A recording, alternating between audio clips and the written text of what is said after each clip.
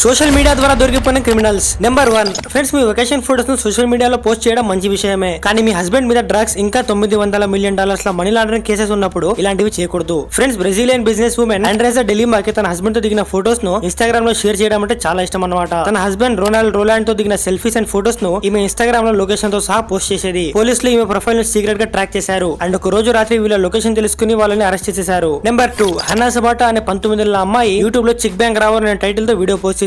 అందులో ఆమె నేను ఒక బ్యాంక్ నుంచి డబ్బులు దొంగలించాను, కారును కూడా దొంగలించాను అని మొత్తం వీడియోలో చూపించింది. ఈమె 2012లో ఈ వీడియో పోస్ట్ చేసింది. ఇంకేముంది, తర్వాత పోలీసులు ఇన్వెస్టిగేషన్ చేసి ఆమెను అరెస్ట్ చేశారు. నెంబర్ 3. ఫ్రెండ్స్, 2015లో ఒక బ్యాంక్ లో రాబరీ జరిగింది. రాబరీ చేసిన దొంగ హుడీ వేసుకున్నాడని మాత్రమే పోలీసులకు తెలిసింది. డీటెయిల్స్ సరిగా తెలియకపోవడంతో పోలీసులకు ఎటువంటి క్లూ దొరకలేదు. ఇది జరిగిన ఒక నెల తర్వాత పోలీసులకు ఒక టిప్ దొరికింది. జాన్ మోగన్ అనే వ్యక్తి గత కొన్ని రోజులుగా ఫేస్బుక్ లో ఇలాంటి ఫోటోస్ ను అప్లోడ్ చేశాడు. ఇంట్రెస్టింగ్ విషయం ఏంటంటే అతను నెల ముందు జైలు నుంచి రిలీజ్ అయ్యాడు. అప్పుడే ఇంత డబ్బు అతని దగ్గర ఎలా వచ్చింది అని పోలీసులకు డౌట్ వచ్చింది అండ్ మనోడు దొరికిపోయాడు.